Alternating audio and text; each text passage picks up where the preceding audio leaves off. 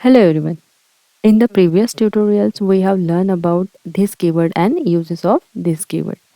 In this tutorial, we are going to discuss about what is super keyword. Then I will explain where we can use it in programming. That is, what are the uses of super keyword. And at last, I will explain rules to remember about super keyword. Okay. All points I will cover in this tutorial. So just keep watching till end. But to understand the concept of super keyword, you should know the basic knowledge about Java inheritance and method overriding. And if you don't know about it, then don't worry. I have already made simplified videos on inheritance and method overriding. And links I will provide in the description of this video. So before coming to this video, first you should go through that video so that you can clearly understand it. So let's get started. We know that in Java there are more than 50 keywords are available and each keyword has its own specific meaning and functionality. One of those keyword is super keyword and super keyword also has its own meaning and functionality that we are going to discuss in this tutorial. So the technical definition of super keyword is a reference variable which is used to refer superclass or superclass object. That means in Java programming, if we want to get or access data from any class, then we need to create object of that class and using that object we can access it, right? Same thing super keyword do for us. That is super keyword is also used to get or access data from class or object. But difference is that super keyword can only access data from superclass, that is from parent class or parent class object. So always keep in mind super keyword only work for superclass or superclass object. And here super name itself indicate that it's directly related to superclass or base class or parent class. So we can say super keyword is equal to parent class or base class. So simply keep in mind super keyword is used to access data from superclass. Clear? Now let's understand it practically. So here I am taking very simple example and through that example I will explain where we can use super keyword, that is uses of super keyword. Okay, and then I will explain rules to remember about super keyword. Okay, so there are three uses of super keyword. We can use super keyword with variables, we can use super keyword with methods and constructors. So first I will explain how we can use super keyword with variables. So let's get started. So let's create one class here and it's a car that already I have created. And every cars have doors, right? So let's have one instance variable and it suppose a number of doors. And generally most of the cars have 4 doors, right? So let's assign value 4 to it. So here number of doors equal to 4. And let's create one more class here and it's suppose sports car class. Okay. And sports car also have doors, right? So here also we will need to write number of doors equals to 4. So if we notice here we are repeating same code here. So just think, if you are working on a big real-time application and more than hundreds of classes are there in one application and their all classes have same requirement of 4 doors, then you will need to create same variable multiple time for each classes. So basically there will be a repetition of same code more than 100 times and it can increase duplication of code, and due to this program execution time also may increase. So it's considered as a bad programming practice. So instead of repeating same code here, we can directly inherit or get it from car class because it's already available in car class, right? But how we can get it from car class? So for that, first we will need to create connection between car class and sports car class, right? And in Java, we can create it using extends keyword. So just write here extends keyword. Okay. And then write name of class whose property and behavior, that is variables and methods, you want to inherit. So simply write here car. And now car class is a superclass or parent class. Okay. And sports car is subclass or child class. Now we can easily inherit properties and behavior, that is variables and methods, from superclass into subclass. And to inherit properties and behavior from one class to another class is nothing but the inheritance. Clear? And now we do not need to create it separately here. So just remove it. Because when we use extends keyword, then variables and methods of superclass automatically or by default available in subclass. And we can check it out. See here, let's create another class and it's suppose class test and create main method inside it. And let's create object of subclass that is of sports car class. Okay. New sports car. And now access superclass variable and print it on console as a dot number of doors. Alright, now let's run the code. Let's see. You can see here we have got output 4. So here I have created subclass object and using that object I have access superclass variable. Generally in Java to access data from any class first we need to create object of that class and using that object we can access it. But here I have create subclass object and using that object I have access superclass data, right? So basically we can access superclass data using subclass object and it become possible only because of inheritance. Clear? So this is about how inheritance work. Alright, now let's understand how super keyword work. Now see here, in this program, car has 4 doors, right? And due to inheritance, it's by default available for its subclass that is for sports car also.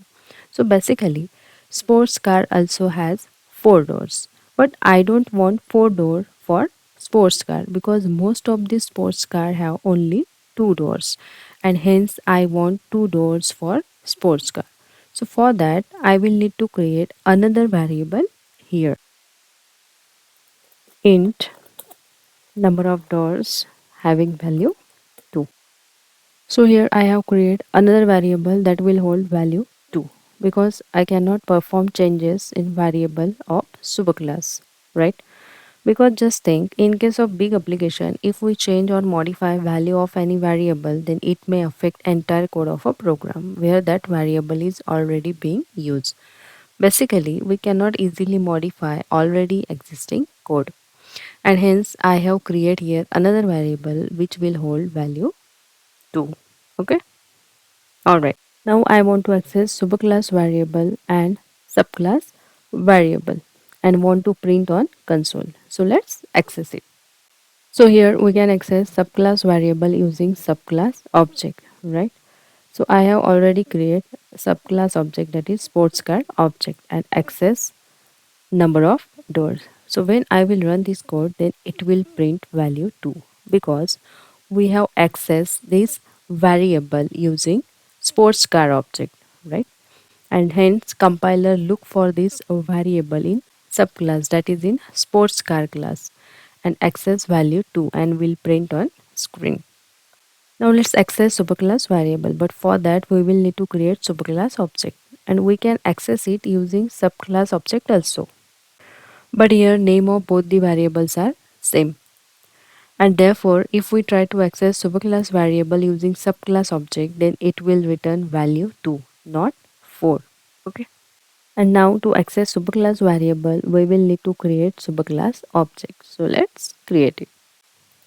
Car C equals to new car. Okay. Now access superclass variable using superclass object directly inside println method. C dot number of doors. And now compiler understand that this variable is belong to superclass because we have accessed this variable using superclass object. Now let's run the code. Let's see. You can see here output is 2 and 4. So output is well and good, no issue in it. But if you see, I have create superclass object to access superclass variable and create subclass object to access subclass variable. But as a good programming purpose or to increase efficiency of a program, Java says that why are you creating here superclass object and all? Because Java already provide you super keyword to access data members of a superclass. Because super keyword is also a reference variable and it is used to access data from superclass. So basically, instead of creating superclass object, you can directly access superclass members or data using super keyword. So instead of creating superclass object and all, we can directly write super dot number of doors. But if I run this code, then compiler will raise an error. And reason is we cannot use super keyword in static context. Okay. So let's check it out. You can see here compiler raise an error. Cannot use super in static context. That means super keyword only work for non-static members. And here main method is static method. And therefore we cannot use super keyword inside main method. So always keep in mind super keyword always work for non-static members. Okay. So if we want to use super keyword, then for that we will need to create non-static method. So let's create it. Create it inside subclass and it's suppose void show method. And now we can use super keyword inside non-static method. So let's write it. So here we can write super dot number of doors. Now let's access subclass variable. So we can write number of doors. And here we can access subclass variable directly without creating or without using any object because this variable is belong to this class itself. And hence we don't need object to access it. And now let's comment out this line and this line as well. We do not need of it because this code already I have written in show method. Okay. And now call this show method from main method using subclass object as dot show because this method is belong to subclass. Now let's run the code. But before that, let's understand execution flow of a program. Okay. So program execution start from main method. And this first statement inside main method will execute and sports car class object will create.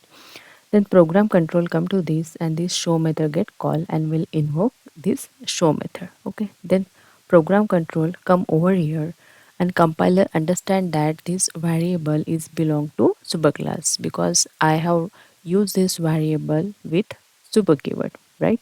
And hence compiler look for this variable in superclass that is in car class and access value 4 and will print on a screen. Then program control come to this and compiler understand that this variable is belong to this class itself, that is this variable is belong to current class, that is sport car class, right? And access value 2 and will print on screen. Then program control come back over here and program will terminate. Now let's run the code. Let's see. You can see here we got an output 4 and 2. So always keep in mind super keyword only refer or point to the superclass or superclass object. So in this way we can use super keyword to access superclass variables. Similarly we can use super keyword with methods also. Okay. So let's understand how we can use super keyword with methods. So let's create one method inside superclass and it suppose apply break method. And right here stopping car with low stopping power. Now as I explained before, due to inheritance, superclass properties and behavior, that is variables and methods, are by default available into its subclass, right? So this method is also by default available in subclass, that is in sport car class. But subclass is not satisfied with this superclass method logic or implementation because most of the sports car have high stopping power and therefore I want to change this implementation for sports car. But I cannot change this implementation here because as I explained before, it can affect entire code of a program. We cannot change or modify already existing code in case of a real-time application, right? So simply let's create same method inside sports car class and change the implementation. So simply write here stopping car with high stopping power. So basically, if we notice here, I have changed superclass methods implementation in subclass.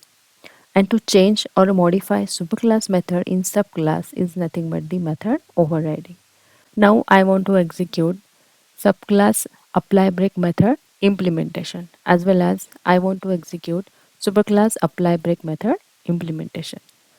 So for that, first we will need to call both the methods. Okay. So we can call it from main method also. But already I told that we cannot use super keyword inside static context, right? That is inside main method. And hence we can call it inside show method. Okay.